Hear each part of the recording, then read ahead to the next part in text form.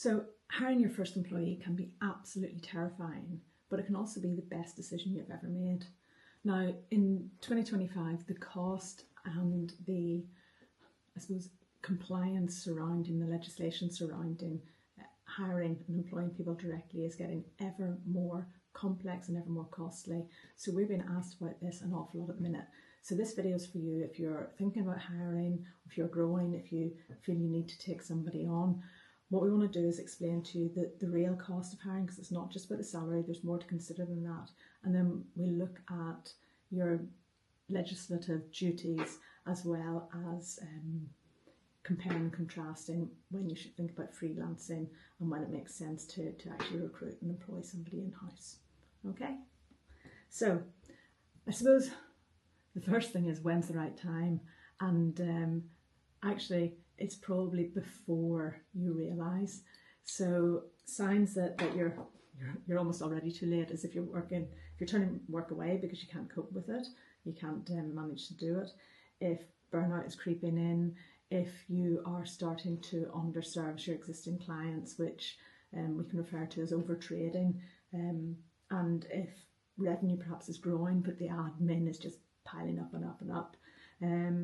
And the other thing is to notice when you're doing work that really you could outsource to somebody for £20 an hour, and the cost of, and you could be concentrating on the high value things that you need to be doing that probably you could charge £100 an hour at.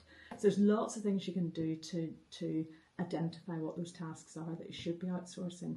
I quite like to use a bit of a matrix of what's the high value and the high experience type work, and plot what you're doing in that chart to make sure that you are spending your time where you need to be. But we'll come back to that. I'll do a separate little video on that to show you what I mean, if that doesn't make sense.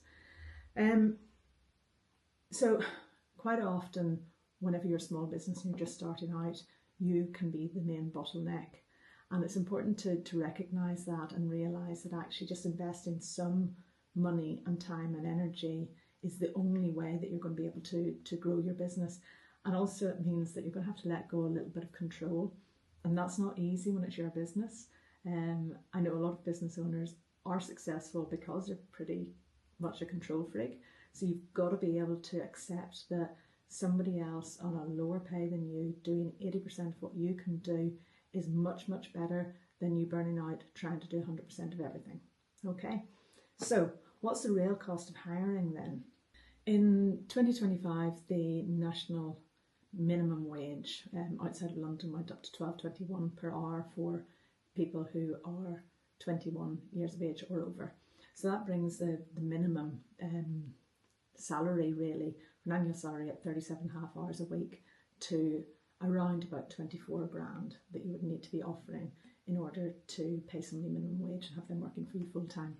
But that's not the only cost. So on top of that, you've got employers' national insurance contributions, which are currently 15% of earnings above the secondary threshold.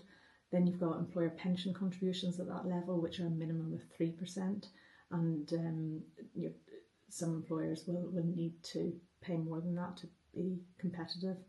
Then you've got to consider, you've got holiday pay, you've got sick pay, you might have bonuses, you will have other costs in terms of getting people set up. You might have IT, laptop, you might have subscriptions to Microsoft Office 365 or other software subscriptions that you need to buy for them.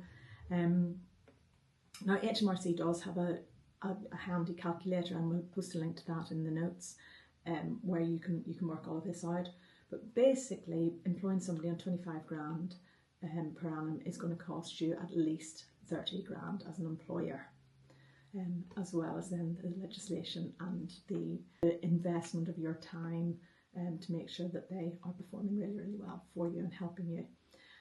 Now that's a bit that, again, it can be really chicken and egg. You're scared to employ somebody because you know they're going to take time and they're going to take an investment of your time to get them up to speed.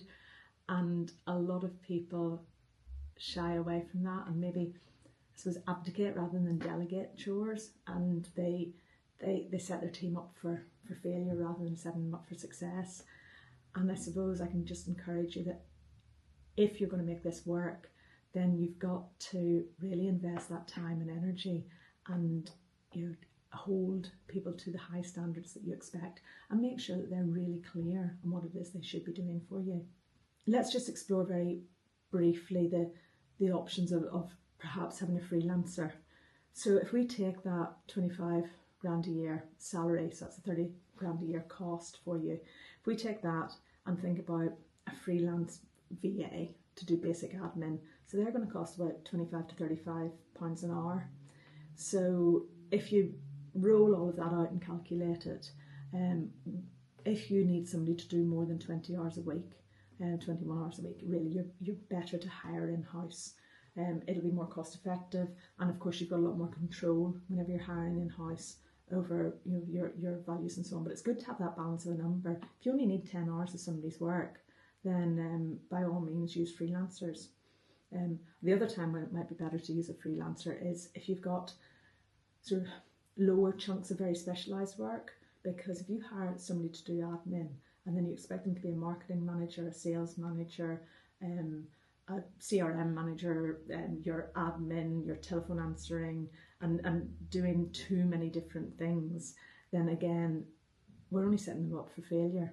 So perhaps you might have some specialist requirements. You might need somebody to do marketing for you 5 hours a week. You might need somebody else to do a finance function for you 1 day a week or 1 day a fortnight. And then you might need somebody else to do the admin, maybe 10 hours a week. So you can look at how you can roll these things up and maybe have 2 or 3 freelancers, but that's 2 or 3 freelancers you need to manage, to split those more specialist tasks out. Ultimately, with the aim of when you do get this first employee, there may be some of those freelance elements that you can train them up to do, because you know that have a process and a system in place and it's all working really well. So let me come back to thinking about what you need to think about. So legal and tax responsibilities, you must register as an employer with HMRC. You're going to need to get insurance in place whenever you're employing people. You'll need to set up a payroll system because you need to pay them, so register for pay as you earn, and potentially use a software to run the payroll. If you have an accounting software such as Xero, you can run the payroll yourself through that. If you've got more complex requirements, you can outsource to your accountant, who will use another software, maybe Sage, Iris, BrightPay or Xero, to run your payroll. If you're going to do it yourself, you have all sorts of real-time information filing requirements. You'll also have to set up an auto-enrolment pension scheme. Nest tend to be the one that is easiest and most used by small employers. And you need to keep up with your monthly tax and national insurance contribution payments. Now, there is a national insurance contribution employer's allowance of currently £10,500 per annum. So if you're only employing one person, it may well be that, or 2 people in a small wage, it may well be that you won't have any national insurance contributions to pay to HMRC, but you've got to keep an eye on that and be aware of your duties. And absolutely get a contract of employment in place. This is really, really important. A lot of people feel that because they're a small employer, and quite often the first hire might be a friend or a friend's son or somebody that they think they don't need employment contracts. You really need it, and get it done right at the start, and get it done by somebody who knows what they're doing. There are lots of freelance and small business HR companies who will be really happy to set you up with good contracts of employment and keep you on the straight and narrow. I would recommend using somebody who knows what they're doing, that can kind of hold your hand and guide you and be a sounding board for you, than just Googling and getting a template off the internet or your mate ChatGPT, for example.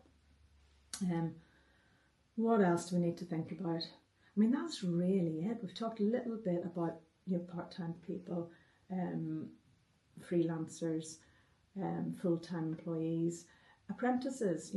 Apprentices can be great employees, but again, it depends on your type of work, and it absolutely is essential that you give them the time and energy that they need to become a great employee, because they know nothing whenever they're starting out as an apprentice with you, so they will really need your guidance.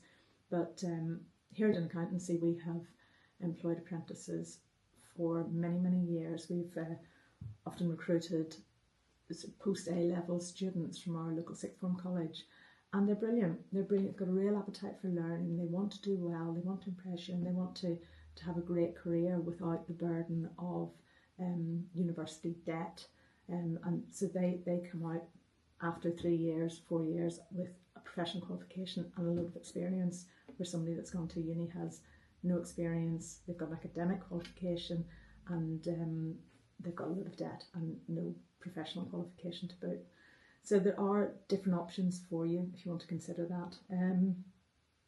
Virtual assistants, so I've just done a little bit of research here. In the UK at the moment, so a freelance VA for basic admin is about £25 to £35 an hour. If you've got a more specialist VA who might be able to do some bookkeeping or some marketing for you as well as basic admin, you're looking more at £35 to £50 an hour for that type of work. If you go through an agency, you're probably talking £35 to £45 an hour, and at least with an agency, if they're good, you should be able to get somebody, if you get let down, if somebody's sick, they'll be able to have somebody else step in, and so on. So there are pros and cons to that as well.